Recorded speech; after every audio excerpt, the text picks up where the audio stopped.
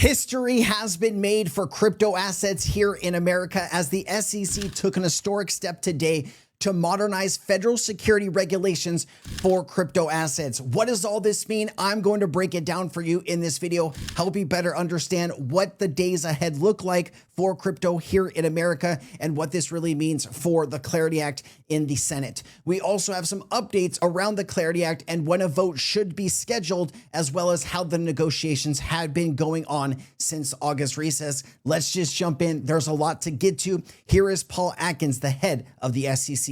When I took office, I pledged to ensure that the United States remains the crypto capital of the world. For too long, issuers and investors had to navigate an activist SEC weaponized against this asset class. The result has been uncertainty and inefficiency, chasing crypto asset innovation outside of the United States. So today, I'm excited to announce that the SEC is taking the most historic step yet to modernize federal securities regulations for crypto assets. The United States must and will lead. Our new rule proposal, Regulation Crypto Assets, will ensure that we do. Now, let me be clear. The SEC continues to support congressional work on the Clarity Act, and we expect to see the bill reach the president's desk. Under our current statutory authority, we are acting.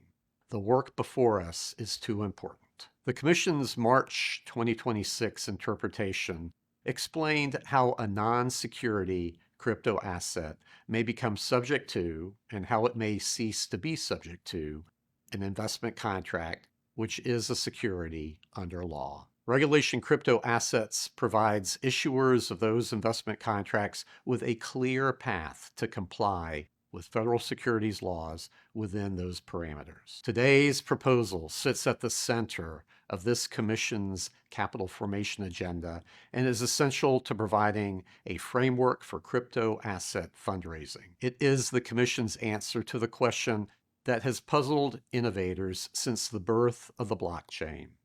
How can I raise capital to develop a crypto asset while I am still working to develop the network where it will be used? While Congress continues its important work to advance crypto market structure legislation for the president to sign, the world and our markets keep evolving. By moving forward with our current statutory authority, we can help ensure that America remains the world's premier destination to innovate, to raise capital, and to build the next generation of financial infrastructure. All right, there is Paul Atkins, the head of the SEC. So what does all this mean? How long will all of this take? Let me show you. This is meaningful, but it is not an immediate blanket exemption for all of crypto, and it does not itself settle the SEC and CFTC jurisdiction question. So who regulates the market? It does not settle that.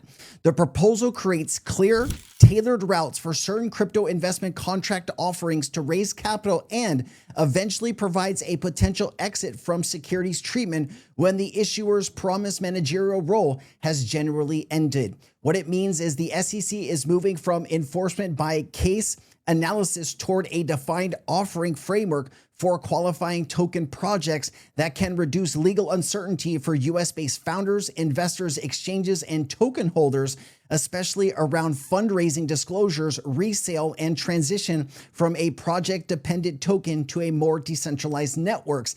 The key limitation here is this is an SEC proposal, not the final rule or statute. It applies to certain arrangements that are security investment contracts, not automatically to every digital assets. The broader questions, such as which assets are securities versus commodities, and when the CFTC rather than the SEC is the primary regulator, still need statutory clarity, and that's what the Clarity Act could give us. Now, the timeline on all of this is something that you need to better understand. And so the proposal goes live today, August 18th. And then you have the public comment period. So this is the issuers, exchanges, investors, lawyers, states, consumer groups, and the public submits comments, data, and suggested changes. And that should end around October 17, 2026, which is 60 days unless it's extended.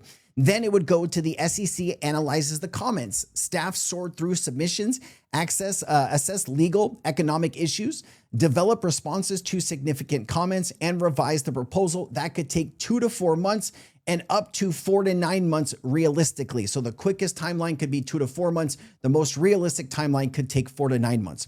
Now, the possible revised proposal, if feedback triggers material changes beyond the original notice, the SEC may issue a supplemental proposal and ask for more comments. And that could take, if there's no extra steps, it would be a limited time frame. If there's extra steps, that could start this thing all over again with 60 days for more comments, and then, of course, revising it. Final rule drafting and internal clearance. SEC staff complete the adopting release, the economic analysis, disclosure forms, exemptions, and implementation language. Significant actions may go through the OIRA OMB review. So that's 1 to 3 months. It could take 2 to 6 months. And then you have the SEC commission vote, early 2027, mid to late 2027 is the longest timeline. Federal Register publication, that could take days to weeks after the vote. And then the legal effective date would be about 30 to 60 days after the publication. So realistically, this was probably fastest timeline, early 2027, realistic timeline, mid 2027, late timeline could be end of 2027. Just want to make sure you understand that. And the commission, how they approve this, there was a proposal through something called Seratim. It's a vote, that meaning commissioners voted individually outside a public meeting. According to an SEC spokesperson, the commission had scheduled to consider regulation crypto assets in an open meeting on Friday, but abruptly canceled the meeting, citing unforeseen scheduling issues. Now, we thought this got shelved last week when the SEC magically canceled this at the last second.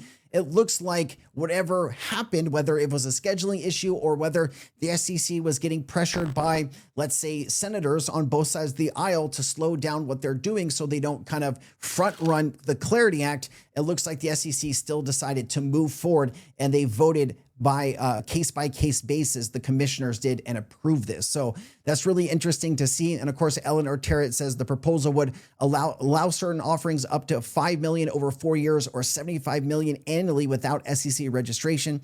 Create a conditional safe harbor for crypto assets once an issuer's essential managerial efforts have ended, and preempt certain state securities registration requirements. And it says it now enters that 60-day comment period. So what do you guys think about all of this? Obviously, this is a big step in the right direction, but obviously all of this stuff is going to take quite some time. Of course, we do want to see the Clarity Act get passed and signed into law. That would be the biggest the biggest impact to the crypto market. But I do think we are on the right way here, that we're on the right steps to get this all set up. Now, we do have a new conference, a SALT conference, and today Senator Lummis and Senator Tim Scott were at that conference, and we did get some more details about when we could actually see a vote on the Clarity Act. I had a fit and fell in it. And Senator Thune was kind enough to actually schedule the bill for September 15th. Okay. At 2 p.m. no less. Yes. We actually have not only a day, but a time. And so we will move forward on that date and that time.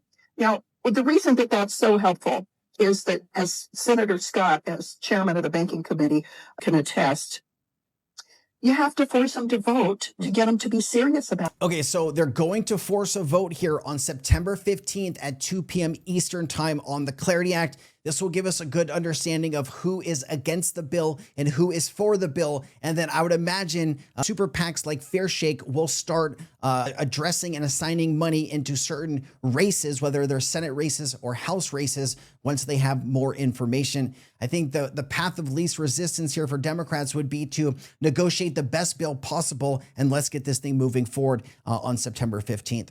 Let me know what you guys think about that and how you think it'll play out. Mike Belshi did chime in here. If you're not sure who Mike Belshi is, he's the CEO of BitGo, so a pretty serious person. Says, even if you are skeptical about crypto, you can't deny our industry's innovations have already made real change in traditional markets. New York Stock Exchange going from 23 to 5 will eventually be 24/7. Perps, simply better futures, stablecoins, simply better payments, tokenized loans, example, Figure, faster, more liquid, and safer. There are a million more innovations, and many of them will be standard practice in a decade. You can't hate crypto. It's awesome. And I think that speaks to, how much innovation have we really started to enact right here from the crypto market. You can say that all of these bad things are happening in the crypto market. That's because it's an unregulated market, and we are asking for you to set up clear rules. And so people are protected and that people understand what they can and can't do in the industry. And of course, the infrastructure for the most important multi-trillion-dollar plumbing is all integrating the technology anyways. It's time to allow everybody to use the technology at scale. And of course, the SEC has been putting out a lot of materials about its regulation crypto assets. You're going to see a lot of that in the days to come. Now, we did get some more information on Squawk Box this morning from Anthony Scaramucci. Anthony Scaramucci has a lot of friends on Capitol Hill. His best buddy is Mike Novogratz that talks with a lot of Democratic lawmakers. And here's what he has to say around clarity. I'm predicting should clarity pass, you'll see that convergence. You'll see many of the cryptocurrency companies. I don't want to speak for Coinbase or others, but I think it would be prudent for them to get banking licenses. And, the world liberty situation could be a tell. They're looking at the situation and saying, well, maybe this thing passes. And we want to be at the front end of the line to get these banking licenses. I'm predicting. Listen, there's a lot of companies lining up right now for, OCC charters and banking licenses. And I do think you're going to start seeing a lot of approvals. And that would be a huge impact for Ripple, XRP, and RLUSD once we can get up and go. And so Senator Lummis also made a comment that the bill has gone from 300 to well over 600 pages. And a lot of those pages are Democratic priorities. To get them to be serious about it. Otherwise, Democrat priority, excuse me. They will negotiate ad nauseum. When this bill started last Labor Day, it was less than 300 pages. It's now more than 600. We have given the Democrats over 100 of their demands and requests. But as long as there's no date certain where they have to actually vote, there's no end to what they want. All right. So basically saying we're going to force a vote. And we also have a very important meeting happening tomorrow on Wednesday. You're going to get this video in just a few hours on Tuesday night. Make sure you guys like this video and comment. It really does help the video out on YouTube. And I greatly appreciate that. Everything we put on this channel is absolutely free for you guys. So any help would be much appreciated from our team. The SEC, the CFTC, and the White House are holding a major meeting for crypto this week. On Wednesday, the White House meets with crypto leaders alongside the chairs with the head of the SEC and CFTC and Donald Trump. The last one was in February, focused on stablecoin rewards, and ended without an agreement. On Thursday, the CFTC's new Innovation Advisory Committee holds its first meeting covering crypto regulation, AI in finance, and prediction markets. Both are happening because Senate could not deliver on the Clarity Act. If it has been stuck in the Senate for 13 months and September 15th vote could decide whether the Senate will debate it or not, I think there's a lot of pressure happening right now. And of course, Nate Garassi chimes in, White House hosting major crypto meetings this week, expected attendance from President Trump, SEC Chairman Atkins, CFTC Chairman Selig, and executives from major crypto industries, including Coinbase, Polymarket, Ripple, Gemini, and etc. I think Kalshi will be there and Paradigm will also be there. Also expected to include major TradeFi players like Nasdaq, New York Stock Exchange, CME, DTCC, etc. In my opinion, administration is not waiting around for the Clarity Act. Garnering support for that would be great, but I think we've already made the decision to power ahead regardless. Predict this meeting will strongly reinforce that message that clarity is here to stay and we need to get it done. Now, Kristen Smith did have this update from yesterday. She says, happy Monday. If you're in Jackson Hole, the Solve Conference, Wyoming Blockchain Symposium, please say hi. There are 78 days until the midterms and the Senate is out until September 14th. Here's the latest from Washington on clarity. Briefly, the Senate returns September 14th and we expect a procedural vote on September 15th at 2 p.m. is the now time. And that day, we also see the Solana Institute in the DC for a summit with Patrick Witt and Senator Lummis. And then I will be bringing you updates around that. More speakers are going to be added to this agenda. So not only are you going to have this kind of jam-packed week once everybody is back in mid-September, but you're going to have people kind of getting back to the negotiation table in Washington maybe a week before that, and we will have a lot of updates. Now, if you take a look here at Kalshi and some of these other prediction markets about the Clarity Act and when will it become law, Mike Belshi says, now it looks like the Clarity Act won't pass anytime soon. I'll share the single reason why it didn't pass yet. Clarity is worth more to Washington with one vote away from passage than it is after passage. So basically, Democrats have more negotiation power if it's, just give us this and we'll maybe vote for it, or just give us that, we'll maybe vote for it. I think that's what he's saying here. If you take a look at Kalshi here, when will the Senate vote on clarity? You actually have before October 1st, 2026, an 84% chance, that's down 3%. Before January 1st, 2027, it's a 92% chance that will happen. Of course, if you want to open a Kalshi account and do prediction markets or perpetuals, I will include a link down in the description. I am now partnered with Kalshi. All right. I'm just going to wrap it up there, guys. I think that's a good understanding of where we are. Like, share, comment. Let me know what you guys think about all of this. This is a historic step. It'll still take a lot of time to enact, and I will continue to bring you updates every single day until we make it, right? Until XRP or other crypto assets or utility prices, and then we can all take a long vacation. You guys need to let me know where I'm going. All right, I'll see you guys. Aloha.